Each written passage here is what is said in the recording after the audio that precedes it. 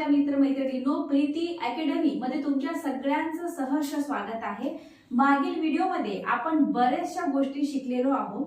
जसं आपण बुद्धिमत्ता बघितलेली आहे, त्याचप्रमाणे आपण हेरिडिटी बघितली, डेव्हलपमेंट आपण बघितली, बरेचसे टॉपिक आपण अभ्यासलेले आहेत। या व्हिडिओमध्ये आपण कॅटेल यांचा बुद्धीचा घटक सिद्धांत बघणार आहोत।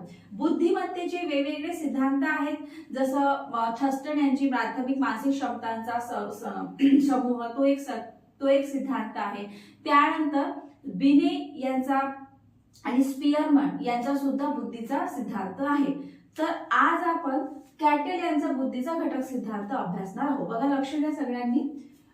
रेमंड कॅटेल यांनी एक घटक किंवा अनेक घटक या कोणत्याच विचारसरणीचा स्वीकार न करता ती एकसंघ क्षमता आहे या विचारसरणीवर त्यांनी जोर दिला। बरेचसे जे मानसशास्त्रज्ञ आहे त्यांनी असे सांगितले की बुद्धिमत्ता ही, कोणी सांगितलं की ती द्विघटक आहे, कोणी सांगितलं ती 7 मानसिक घटकांचा तो समूह आहे, कोणी सांगितलं की तो बहुविध घटकांचा सिद्धांत आहे, कोणी 120 घटकावर, गिलफोर्ड यांनी 120 घटकांवर जास्त जोर दिला। परंतु जे रेमंड कॅटेल हे जे होते यांनी एक घटक किंवा अनेक घटक या कोणत्याच विचारसरणीचा त्यांनी स्वीकार केला नाही। तर त्यांनी सांगितलं की ती एकसंघ क्षमता आहे। ती म्हणजे कोण? बुद्धी ही काय? ही एकसंघ क्षमता आहे। आणि स्पियरमन यांची जी द्विघटक सिद्धांत जो होता, स्पियरमन यांनी द्विघटक थेअरी मांडली होती। तर स्पियरमन यांचा जो द्विघटक सिद्धांत आहे, यांच्या सिद्धांताला पर्याय म्हणून हा एक सिद्धांत आहे।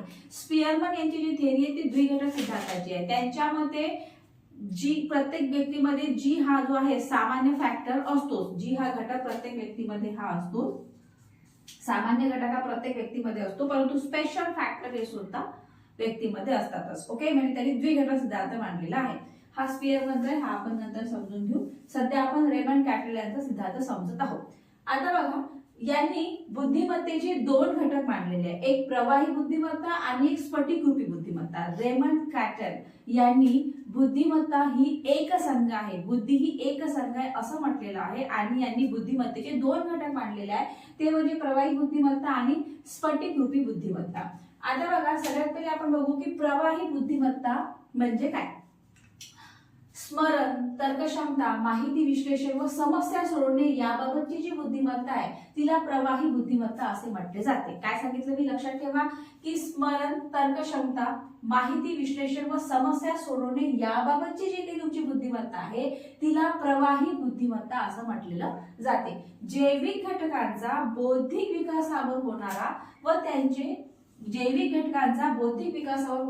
त्यांचे मोजमाप करता येणारा जो घटक आहे त्याला म्हटलं जातं प्रवाही बुद्धिमत्ता।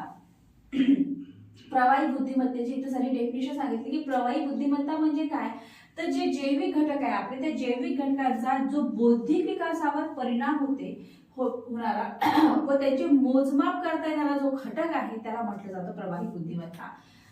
ही जी प्रवाही बुद्धिमत्ता असते ही बालकांची जन्मजात शक्ती असते आणि जन्मजात शक्ती ही त्यांच्या वर्तनातूनच प्रतिबिंबित होते। आता समजा नवीन समस्या विचार करून सोडवणे किंवा विविध साहसिक कार्य ही प्रवाही बुद्धिमत्तेच्या आधारावर होत असते। बघा, आपण काय बघितलेलं आहे, रेमंड कॅटेल यांचा आपण सिद्धांत बघत आहोत। आता रेमंड कॅटेल यांनी बुद्धीचा घटक सिद्धांत दिलेला आहे। रेमंड कॅटेल यांनी काय म्हटलेलं आहे की बुद्धी ही जी आहे ती एक घटक किंवा अनेक घटक असं काहीच नसून त्यांनी ती एकसंघ आहे या विचारसरणीवर त्यांनी जोर दिलेला आहे। स्पियरमनचा जो द्विघटक सिद्धांत आहे त्या स्पियरमनच्या द्विघटक सिद्धांताला पर्याय म्हणून हा सिद्धांत त्यांनी मांडलेला आहे। इथपर्यंत लक्षात। आता बघा, यांनी बुद्धिमत्तेचे 2 भाग सांगितले। एक त्यांनी सांगितलं की प्रवाही बुद्धिमत्ता, दुसरी त्यांनी सांगितलं स्फटिकरूपी बुद्धिमत्ता।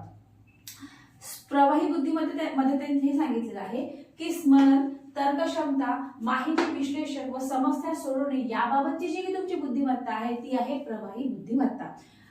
आणखी त्यांनी परत डेफिनेशन सांगितली। त्यांनी म्हटलं की भाई, जैविक घटकांचा बौद्धिक विकासावर होणारा व त्यांचे मोजमाप करता येणारा घटक म्हणजे तुमची प्रवाही बुद्धिमत्ता। जैविक घटकांचा बौद्धिक विकासावर होणारा व त्यांचे मोजमाप करता येणारा घटक म्हणजे प्रवाही बुद्धिमत्ता। आणि ही बालकांची जी बुद्धिमत्ता असते ती जन्मजातच त्यांची शक्ती राहते आणि त्यांच्या वर्तनातून ती प्रतिबिंबित होत असते। ठीक आहे। आता बघा, नवीन समस्या विचार करून सोडवणे किंवा मग विविध मानसिक कार्य हे सगळे प्रवाही बुद्धिमत्तेच्या आधारावर होत असते। ही झाली प्रवाही बुद्धिमत्ता।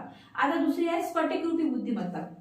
स्फटिकरूपी बुद्धिमत्ता बघायला काय, अनुभवातून ही क्षमता निर्माण होते. जी स्फटिकरूपी बुद्धिमत्ता आहे ही अनुभवामधून ही आपली क्षमता निर्माण होते.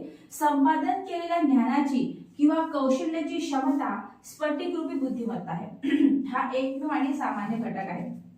बघा लक्ष द्या, मी काय म्हणायचं की स्फटिकरूपी बुद्धिमत्ता म्हणजे काय की अनुभवातून ही क्षमता एकदम निर्माण होते. तुमचा जे अनुभव आहे, आपण जे काही अनुभव घेतो, एक्सपिरियन्स जे काही घेतो, त्या अनुभवातून ही एकदम क्षमता निर्माण होते. आणि संपादन केलेल्या ज्ञानाची किंवा कौशल्याची जी क्षमता आहे ती म्हणजे तुमची स्फटिकरूपी बुद्धिमत्ता.